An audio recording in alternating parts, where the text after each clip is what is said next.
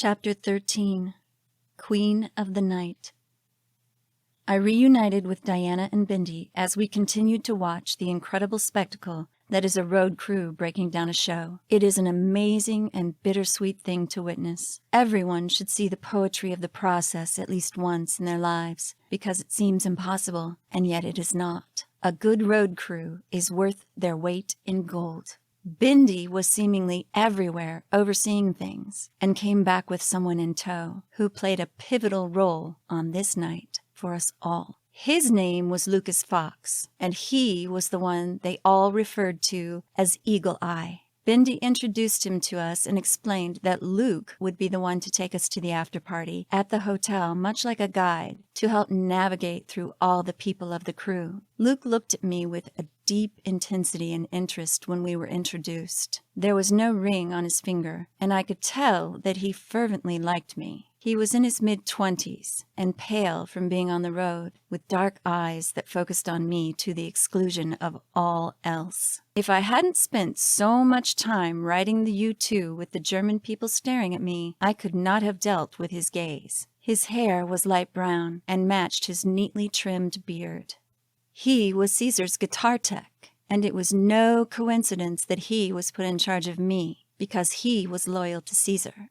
And so it began, the politics of rock and roll, dynamics that I didn't even know existed prior to my intimate introduction to a rock and roll band. I was being corralled by Lucas. He was, for lack of a better word, my babysitter, but he didn't know what he was up against. When people tried to bend me to their will, it just didn't ever seem to work out well for them. I knew that I had to allow Luke to feel like he was managing me, even though my own agenda was in direct opposition to his, because I told Anthony that I would see him at the party. I managed to pull Diana away from her newest friend, Sammy, a crew member that was drawn to her immediately like a moth to a flame. It was just like rainwater pouring down from the sky, feeding the thirsty desert with Sammy and Diana. They clicked and were nearly joined at the hip like besties immediately. Sammy and I said our hellos, and I found him to be a real sweetheart with no hidden agendas whatsoever. Diana was glowing gaga as I took her hand and led her away to somewhere out of the fray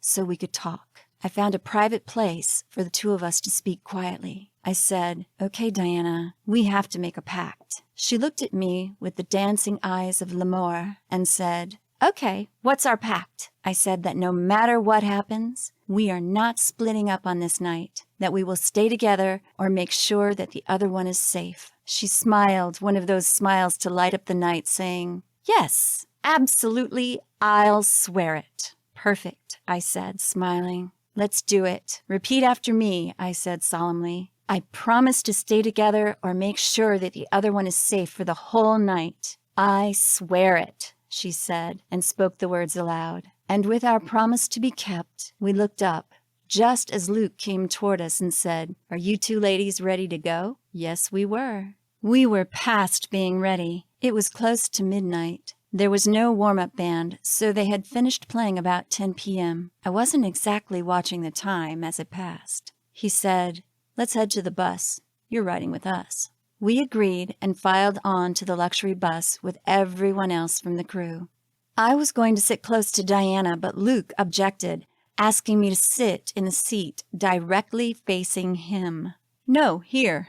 You can sit right here," he said. I really wasn't happy with that choice, but as a guest, I agreed to do it because I couldn't see the harm in it. And thus started one of the longest bus rides of my life, second only to the one in Spain, where I was nauseated and felt like I was going to throw up for the entire drive back to the hotel from the countryside. The way that he stared at me felt like torture, which is why it made enduring the ride so tedious.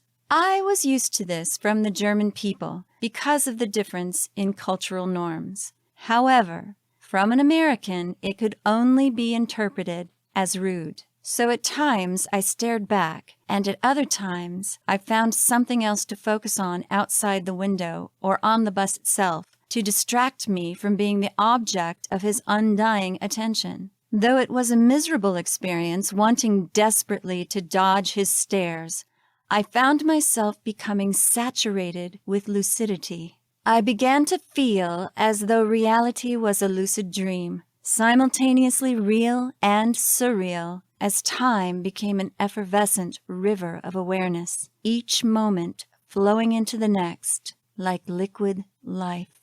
I knew that something was unfolding that had a vastly different quality to it than anything I had ever experienced. I was acutely aware of this and observed as my awareness became more salient and finely tuned to the current situation, second by second, breath to breath.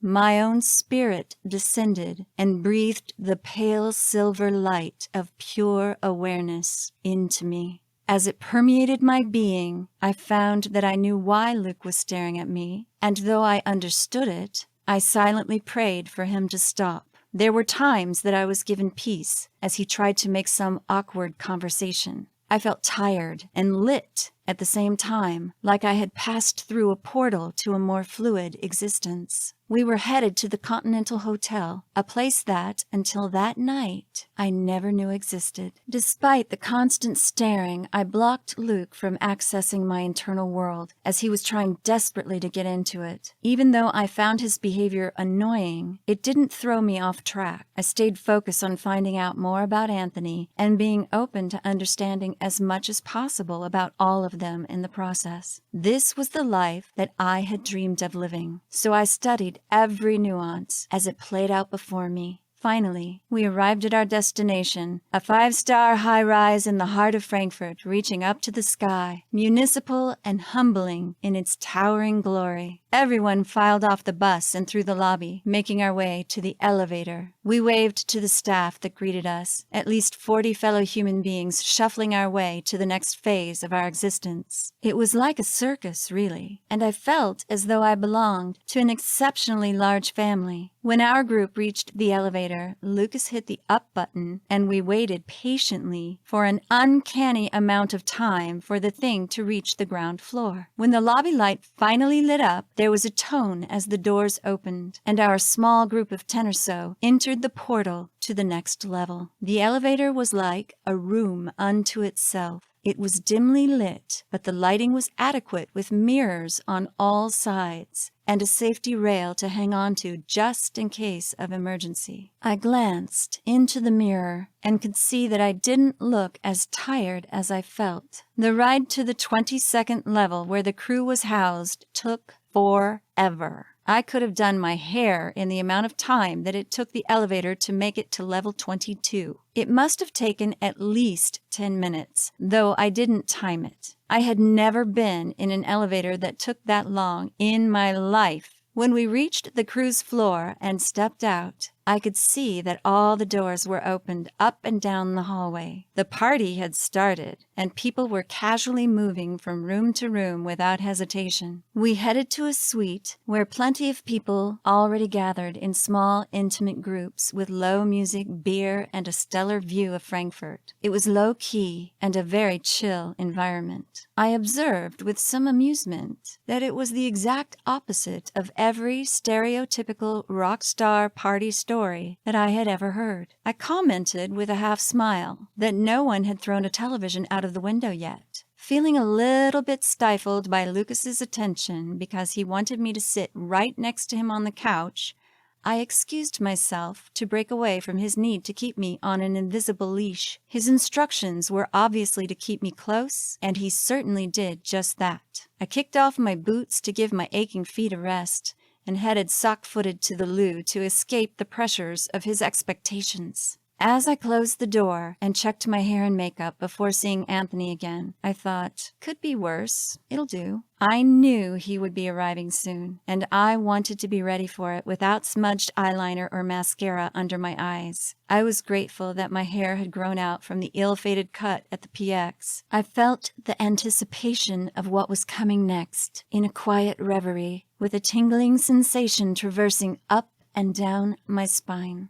I walked back into the main room and sat down, feeling ready for it, when I was offered a beer. I accepted it carefully, watching as it was opened, and took a sip, knowing that I would not finish it because I needed to be fully cognizant on this night. I placed the bottle on the table and looked up to see Caesar and Anthony walk into the room, both still vibrantly aglow from all of the night's mysterious activities. They had obviously cleaned up before coming to the party. After making their entrance, they stopped right next to each other about 4 feet away from me and stared at me without shame. It was unbearable. Acutely aware of this, I tried to blend into the couch, the wall, or the floor for that matter. I felt trapped, like a butterfly under a glass, being studied with no means of escape. Caesar and Anthony were both grinning from ear to ear as Lucas got up to speak to them. They were having a conversation about me,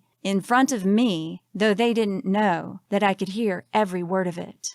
Anthony whispered something to Caesar, and he replied that he was so in love that he felt stoned out of his mind. Anthony nodded in agreement. I wanted to crawl under the coffee table to escape the intense scrutiny of the situation. I couldn't believe how boldly they were openly staring at me and not trying to hide the fact that they were talking about me. They obviously felt entitled to behave in this way, showing unabashed, open admiration for me, and I was completely unused to this level of attention. Here I was at their party, and they were the stars, but they behaved as if I was the star. I was floored, but masked it well, as only I could. I glanced over at Diana, and she was still talking madly and somewhat obliviously to her new best friend Sam in the corner. I was on my own, and felt the awkwardness of the situation sinking into my skin and bones, as my 16-year-old heart nearly burst with self-conscious overload. I wanted to dive into Anthony and get to know him because I felt that we were kindred spirits, both vocalists and lyricists. I absolutely loved Caesar, but instinctively knew that he was like a bottle labeled danger, contents under pressure. I couldn't be romantic with Caesar no matter how much he might want it, and I could tell just by looking at him.